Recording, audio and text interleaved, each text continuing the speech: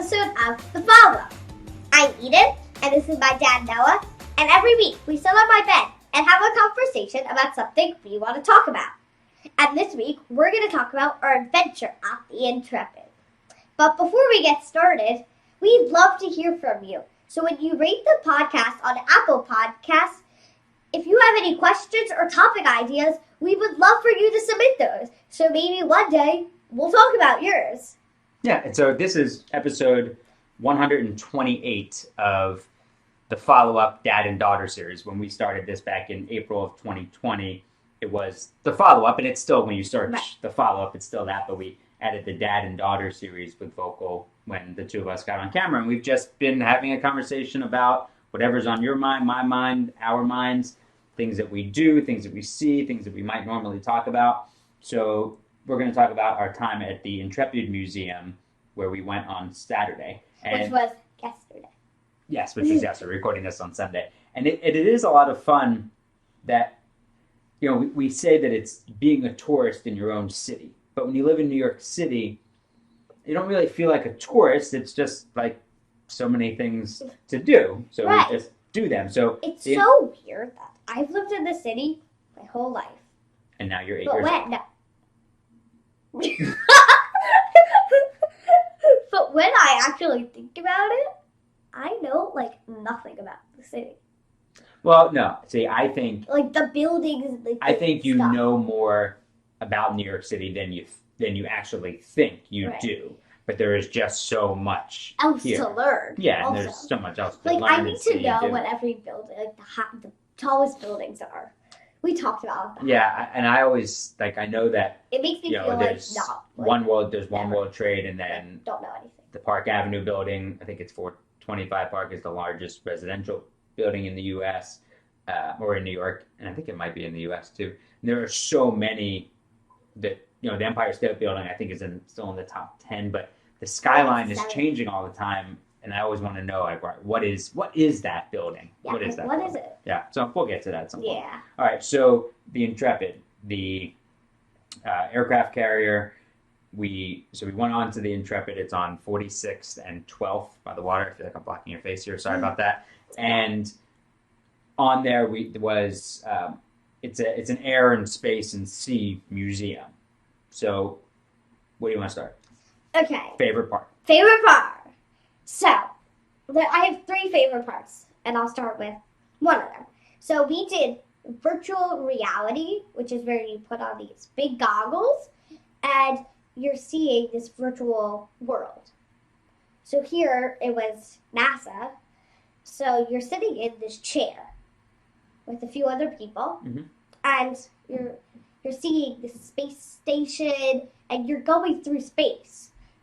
While you're going through this world, the sea is going back, forth, side, front, and all around. Right, so you can look all the way around and see things all the way around you. Like stars, planets, shuttles. And we landed on the moon and we landed on Mars. Right. Because that's the next frontier. And we took off in the aircraft carrier, the first one that went to the moon. No, I think we took off in Apollo 11, I think, that landed on the moon. Right, that's right. Yeah, not aircraft carrier, but I think we took off in Apollo 11. Yeah. Yeah. And it was I didn't get motion sick, but it's just so cool.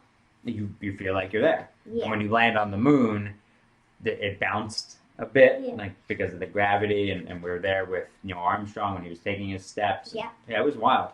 Yeah, I thought it was. I'd never experienced that. I'd done virtual reality once before, and it was a space thing also, but it was very, very different than this. Which one do you think was a better experience? I think the first one I did was a better experience. But no, I shouldn't say that. But they were so different. They're so different. Yeah, it was so different. There was more to look at in the first one. But this one, you were actually moving. Yes. You felt it more. Right. The other one, I didn't feel anything. Yeah. Yeah. Okay, and moving on. To a space 3D movie. Mm-hmm. So it was just about how, space pioneering has gone through the years. So you're talking about like the process of landing on the moon, but now sending humans to Mars, and just how crazy and how long, but how it can survive and everything. Yeah, and they started with an 8-minute film about the Intrepid itself. So fighting, so just after World War II is when it went into the water, and then through Vietnam, and so that was similar to when we went on the Midway in San Diego. That it's used in war, and they were talking about those kamikaze planes flown by the Japanese right into the Intrepid, just suicide missions, kill people. So the brutality and also reality of war. But on the Intrepid now is where it's a museum now. So we didn't walk around the Intrepid like we did in Midway. We kind of went to these other events. It's so much bigger than the Intrepid. But is it? I don't know. I really don't know. It's so different, but it's also really, I don't know. I actually don't know. We should look that up.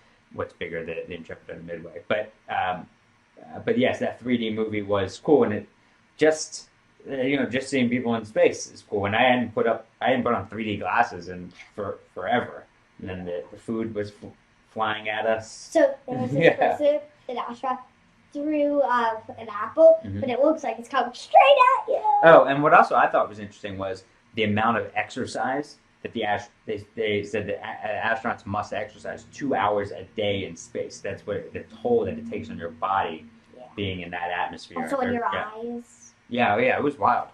Okay, what else? Also, so we went in this Force G simulator. G-force simulator. Simulator. Mm-hmm. So how would you like? It's like a big pod. Yeah, like almost like a gondola. Yeah. Shell. But that's covered. Yeah. Locked. And you're sitting, and you have seatbelts on and everything, and it's like flying a plane. It's a flight simulator. It's a flight simulator, and you want to get all the other planes. And you're shooting at them. And so you are controlling it. So you are, pretend this is it. I'm going to this side, I'm going to that side, I'm going back and forth. And so I was controlling it at one point, and I tilted it a little bit to the right, and we started going, and you said, Dad, I don't like that. And so then I said, all right, and we straightened it out, and you go, and then you put the nose up. And then we went back. Mm-hmm. That was fun. Yeah, that was. That was. And also on the Intrepid, they had the Enterprise. So it had the Space Shuttle Enterprise, which was used for test flights. Yeah. It wasn't a manned shuttle. But I'd never seen anything like this before. I'd never been that close to a space shuttle before. They had a space shuttle. Yeah. Yeah. On a ship. Yeah, that was, and they saved that shuttle for the museum. And I also appreciated the Women in Space exhibit. And it's something that, you're very interested in space. And so I think it's common to, when someone might hear, oh, you're interested in space, oh, you want to be an astronaut. You've said, no, I don't want to be an astronaut. I want to study the stars, and astronomy. But I want to be an engineer also in space. An aeronautic engineer, or an aeronautic engineer. So maybe working on either building space shuttles and helping design them to make sure everything's safe in all those different ways. Yeah, and then also so you could maybe take that path, or the study of the universe, and it's called cosmology. So there are multiple different paths you can take, and it was in seeing seeing those women there is inspiring. Yeah. Also, we went into a submarine that they had there. And so it was this submarine that was off during the Cold War from 1960 to 1964, and it held nuclear weapons. I think it held, it's called the Growler. I think it held 4 nuclear missiles, I think. And they were, I think it was just 4. It was either 2 or 4. I think it was 4. And there were 90 men on this, all volunteers, 90 men on this ship. That 90 to 100. 90 to 100, okay. And it was 317 feet long, which is just a little bit more than a football field, and 27 feet wide. So, and they said I think the longest they were out there at one time was 72 days, just underwater for 72 days. No sunlight, no nothing. All volunteers. Also, it's not like they're getting paid to do this, and they're off the coast of Russia, hidden, just waiting for send the missile. And they knew that if they got that call, then they would end up getting killed because they would be found right away. I can't imagine that existence, but what was it like walking through this this narrow place, this narrow ship, and thinking about, so they spent 72 days living like this? It was crazy because it's like everything has to be so small. Just like crazy. Like, can't believe it. Yeah, so explain some of the, explain like the living quarters, like where they slept. The living quarters were like this wide, probably. Well, This wide. yeah, maybe, yeah. This wide. And just about here. So probably about here. Right, like it was basically, well, the mattresses were definitely smaller than your mattress. It was like a twin mattress instead of a full. And they had stacked on top of each other, just three. You can't sit up. I mean, you can barely sit halfway up, or you can barely roll over there. And then, what, maybe 3 bathrooms? Maybe? And they're like this wide. It was, yeah. There. Yeah, and you couldn't be tall. You know, here you're walking through these small openings. Crazy. Yeah, it is. It is. We also had on top of the Intrepid, we had a nice. Maybe when I post the podcast, maybe I'll put the photo up with it. We had a nice view from the top of the Intrepid, from the top deck where the aircrafts were, and we saw I think it was the fastest at the time, the fastest bomber plane, I believe. It was a cool museum. Oh, what about the Lego Intrepid? Oh, so there was this Lego Intrepid, and it had over 25,000 pieces. No, more than that. No. 52. No. 2,500,000. 2,500,000. That's not really a word. Number. I number 250,000 pieces. Okay, that's a lot. 250,000. 250. And it was 000. crazy big. They had like cannons, and it was amazing.